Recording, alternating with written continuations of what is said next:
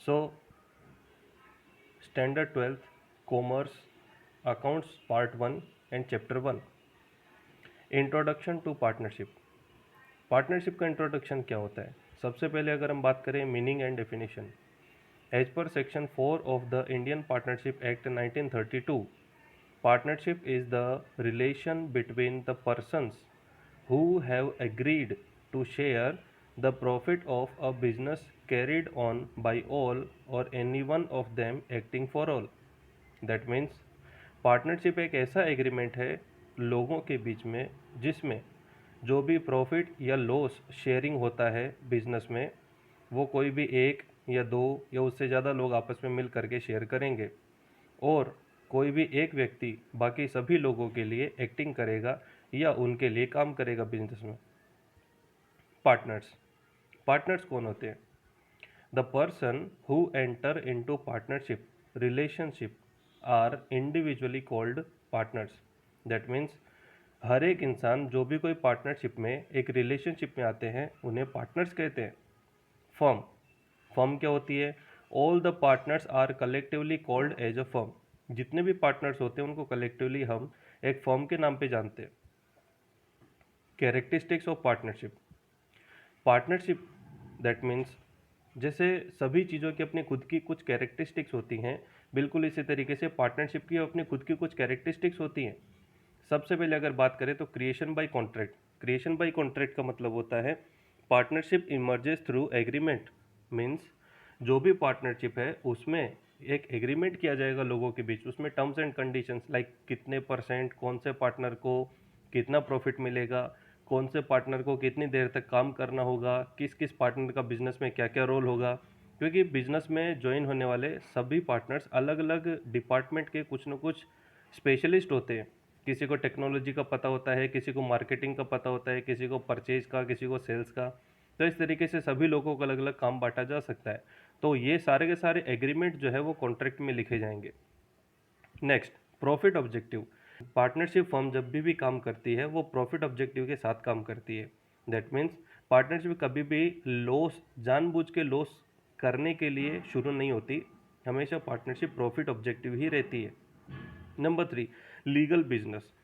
इसका मतलब ये होता है कि जो भी आप बिजनेस कर रहे हो वो लॉज या तो फिर कानून के हिसाब से बिल्कुल लीगल होना चाहिए।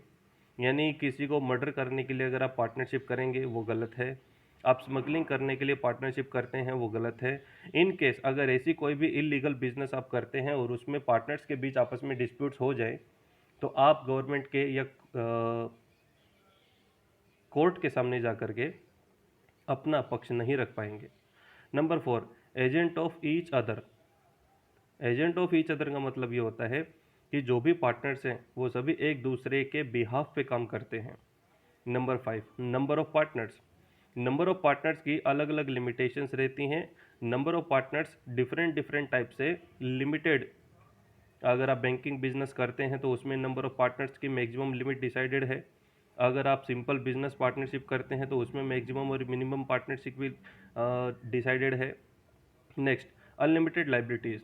अनलिमिटेड लाइबिलिटीज़ का मतलब ये होता है कि जितने भी पार्टनर्स बिजनेस में ज्वाइन होते हैं, अगर बिजनेस पे कोई भी तरह की लाइबिलिटी आती है तो सभी पार्टनर्स की जो लाइबिलिटी होगी वो अनलिमिटेड होगी। अनलिमिटेड का मतलब ये होता है कि अगर आपका बिजनेस 50 करोड़ रुपए का है और किसी वजह से आपके ऊपर किसी दूसरी कंपनी या किसी बाहर के व्यक्ति ने केस किया और जिसकी लाइबिलिटी बनती है 60 करोड़ रुपीज़, तो 50 करोड़ रुपए तो आपके बिजनेस को बेच करके उसमें से रियलाइज़ कर लिए जाएंगे, लेकिन जो एक्स्ट्रा 10 करोड़ रुपए बच गए वो पार्टनर्स की जो भी प्राइवेट प्रॉपर्टी होगी, दैट मीन्स आपका घर, आपकी गाड़ी और आपकी कोई भी पर्सनल प्रॉपर्टी हो, उसे बेच करके अनलिमिटेड लाइबिलिटीज़ को रिकवर किया जाएगा।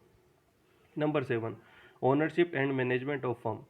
पार्टनरशिप में सभी लोगों की इक्वल ओनरशिप रहती है या अपने अपने डिसाइडेड परसेंटेज के मुताबिक ओनरशिप रहती है। सभी लोग पार्टनरशिप में मैनेज कर सकते हैं, decided as per the agreement. Okay okay, so now we will talk about the provisions of partnership act 1932 when partnership deed is not prepared. सोचिए कि आपने कोई पार्टनरशिप स्टार्ट कर दिया लेकिन उसके आपने खुद से अपने कोई कानून नहीं बनाए, ऐसे में गवर्नमेंट के खुद के बनाए हुए कुछ नियम होते हैं जिनको हमें फॉलो करना होगा। सबसे पहला नियम कहता है each partner will contribute capital in the firm by mutual agreement. हर एक पार्टनर जो भी बिजनेस में जितनी भी कैपिटल लाएगा वो उन लोगों को आपस में खुद से डिसाइड करना होगा कि कौन कितने रुपए बिजनेस में लाने वाला है। Investment of capital is not compulsory for every partner. Business में आने वाले हर एक पार्टनर के लिए बिजनेस में इन्वेस्टमेंट करना ही होगा ऐसा ज़रूरी नहीं है। इन केस कोई व्यक्ति अगर बिजनेस में पार्टनर बनना चाहता है और उसके पास में अपनी खुद की कुछ इंटेलिजेंस है, लेकिन अगर उसके पास में कैपिटल नहीं है और अगर सभी पार्टनर्स एग्री करते हैं तो वो भी पार्टनर बन सकता है without contributing any capital. Next, interest on capital will not be allowed. That means अगर पार्टनरशिप डीड में कुछ भी ना लिखा हो कि कितने परसेंटेज या कितने रुपए आपको इंटरेस्ट मिलने वाला है, तो ऐसे में आपने जो भी कैपिटल बिजनेस में इन्वेस्ट की होगी उस पर आपको कोई भी इंटरेस्ट नहीं मिलने वाला। Number 3, distribution of profit and loss will be equal. बिल्कुल सही बात है।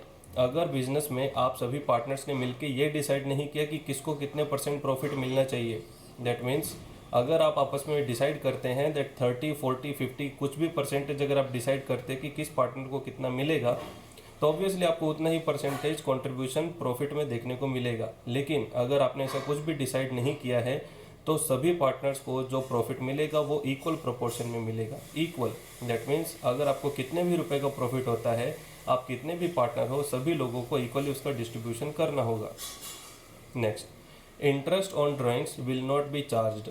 काफ़ी बार क्या होता है कि बिजनेस में हम लोग या बिजनेस के जो भी पार्टनर्स होते हैं वो कुछ ना कुछ ड्राइंग्स कर लेते हैं, उसके ऊपर कभी भी कोई इंटरेस्ट चार्ज नहीं किया जाएगा। अगर इंटरेस्ट ऑन ड्राइंग्स बनता है तो चार्ज नहीं किया जाएगा।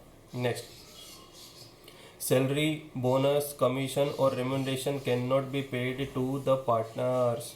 बिल्कुल, कोई भी पार्टनर को अगर सैलरी, बोनस, कमीशन कुछ भी चाहिए तो ऐसी चीज़ें पार्टनरशिप डीड अगर नहीं बनाई गई हो तो आपको पेमेंट नहीं किया जाएगा। कैन नॉट बी पेड, आपको पेमेंट नहीं होगा। Next, 6% per annum interest will be payable in case of any loan given by any partner to the firm. जी हाँ, काफ़ी बार क्या होता है कि बिजनेस में रिक्वायरमेंट होती है और पार्टनर अपनी जेब से, अपने घर से, अपने पर्सनल पैसे ला के बिजनेस में दे देते हैं। हम चाहे तो यही पैसे बैंक से भी लोन ले सकते थे। अगर हमने बैंक से लोन लिया होता तो उस पर भी इंटरेस्ट पे करना पड़ता, और यही पैसा हमने अपने किसी पार्टनर से इंटरेस्ट पे लोन लिया है। तो ऐसे में अगर पार्टनरशिप डीड में कुछ भी ना लिखा हो तो आपको 6% की रेट से इंटरेस्ट पे करना होगा। 6% पर एनम यानी प्रति वर्ष आपको इंटरेस्ट का पेमेंट करना होगा। आपने जितने भी दिन वो रुपए यूज़ किए होंगे उतने दिन का इंटरेस्ट कैलकुलेट करके आपको पे करना होगा। Next, if partner page any expenses on behalf of firm.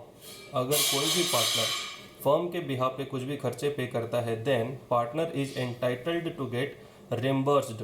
That means partner को उस खर्चे को वापस पे किया जाएगा, ये उसका अधिकार बनता है।